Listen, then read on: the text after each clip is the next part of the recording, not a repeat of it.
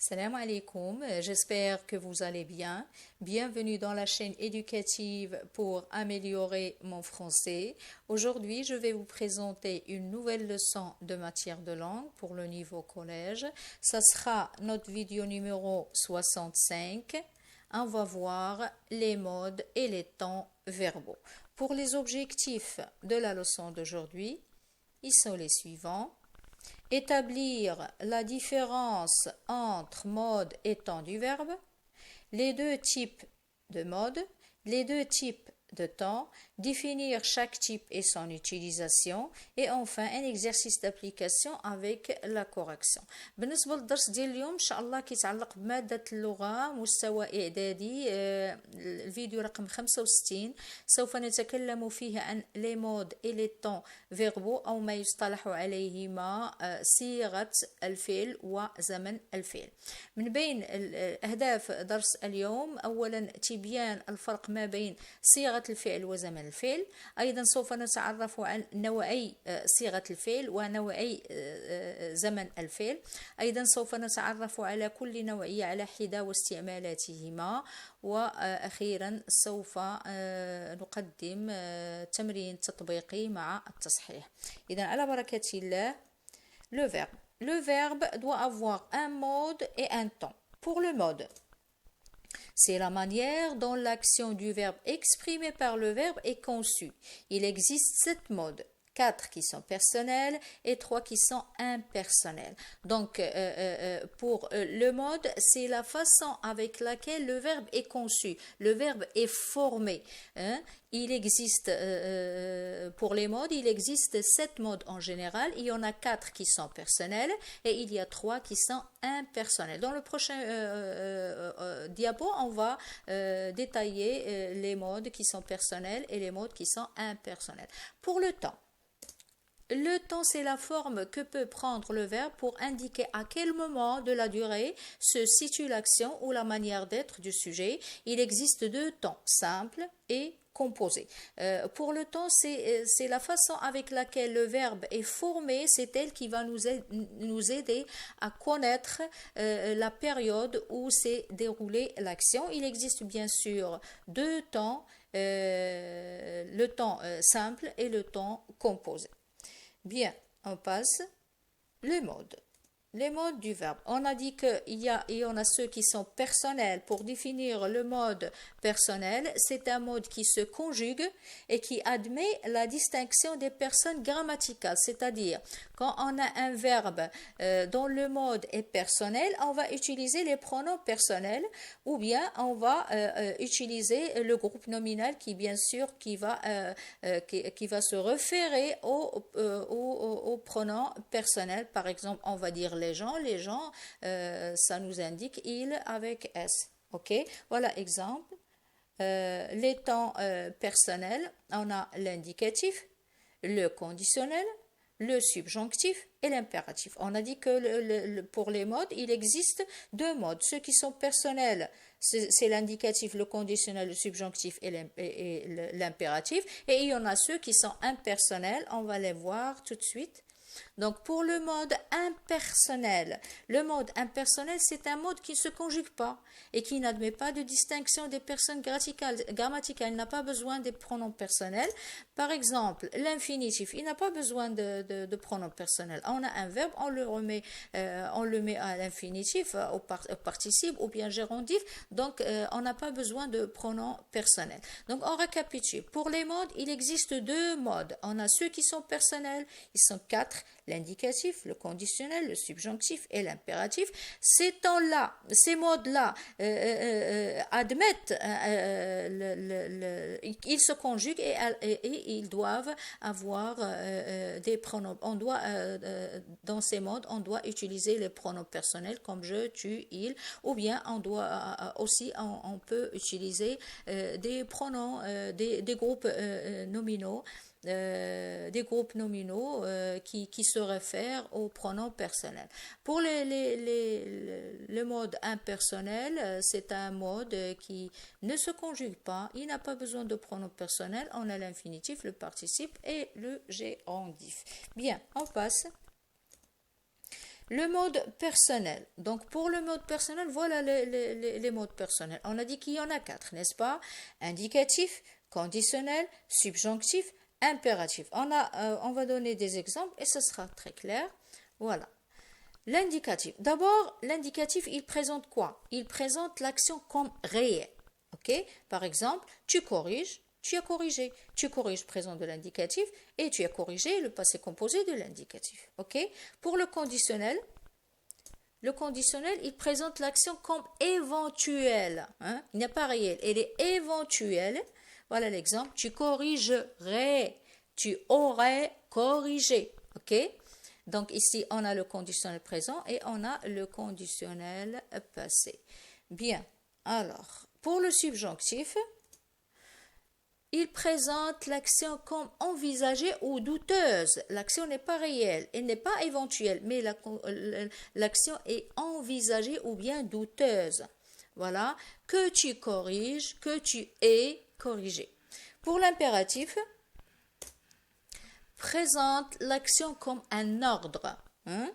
Voilà, corrige et corriger. Ok, voilà, on a dit que les modes personnels, il y en a 4, l'indicatif, le conditionnel, subjonctif et l'impératif. On va passer maintenant au mode impersonnel. Et on a dit qu'il existe 3, l'infinitif, le participe et le gérondif. L'infinitif exprime l'action seulement. Il exprime l'action, c'est uniquement son rôle. Il exprime l'action. Voilà, remarquer, avoir remarqué. Le participe, il exprime l'action comme le ferait l'adjectif. Regardez ici, voilà l'exemple. Remarquant, remarqué, ayant remarqué. Et enfin, le gérondif, il présente une circonstance, c'est la forme adverbiale du verbe. Voilà l'exemple, en remarquant, en ayant remarqué. Ici, j'ai donné seulement le présent de l'indicatif et le passé composé. Ok? On passe. Maintenant, le temps. On a vu les modes. Maintenant, on va voir le temps des verbes. Donc, le temps, on a dit qu'il existe 2 temps, simple et composé. On va détailler tout ça. Donc, quand je dis le temps simple, lorsque le verbe conjugué n'est pas précédé d'un auxiliaire. C'est-à-dire, il n'a pas besoin d'un auxiliaire pour exister. Voilà, c'est pour cette raison d'ailleurs qu'on le nomme simple. Il n'a pas besoin d'auxiliaire. On a le présent de l'indicatif, l'imparfait, le passé simple. Ok, tous ces verbes à l'indicatif. On parle de l'indicatif. Dans cette leçon, on parle de l'indicatif. Donc simple, lorsque le verbe conjugué n'est pas précédé d'un auxiliaire, le présent, l'impératif, le passé simple. Donc quand je te demande quels sont les temps simples, tu vas me dire le présent, l'imparfait et le passé simple de l'indicatif. Voilà un exemple. Ils partent. Voilà, en voyage, c'est le présent. Ils partaient en voyage, c'est l'imparfait. Ils partirent en voyage, voilà, c'est le passé simple, bien sûr, de l'indicatif. On va passer maintenant au temps composé. D'ailleurs, son nom, composé, il est composé parce qu'il est composé de 2 parties. Lorsque le verbe est conjugué à l'aide d'un auxiliaire, être ou bien avoir, et suivi du participe passé du verbe, on va dire que ce verbe, le temps de ce verbe, c'est un temps composé. Il est composé de 2 parties, l'auxiliaire et le participe. Donc, les temps qui sont composés, quand on vous demande quels sont les temps composés, tu vas répondre passé composé, futur antérieur, passé antérieur, plus que parfait, tous ces verbes-là de l'indicatif. Je répète, on parle de l'indicatif. Voilà l'exemple. Donc, pour l'auxiliaire être, ils sont partis. Voilà, on a le pronom personnel, on a l'auxiliaire être et on a le verbe partir ici, c'est un verbe 3e groupe. Il est conjugué ici au passé composé, ils sont partis. Au futur antérieur, ils seront partis. Donc, on a utilisé ici l'auxiliaire être au futur antérieur et le participe passé du verbe partir. Ils furent partis. Donc ici, c'est le passé antérieur. On a utilisé l'auxiliaire être ici. Voilà, l'auxiliaire être conjugué au passé antérieur et on a le participe passé du verbe partir. Donc ici, il était parti, c'est le plus que parfait de l'indicatif. Ici, on a utilisé l'auxiliaire être conjugué au plus que parfait plus le verbe, le participe passé du verbe partir.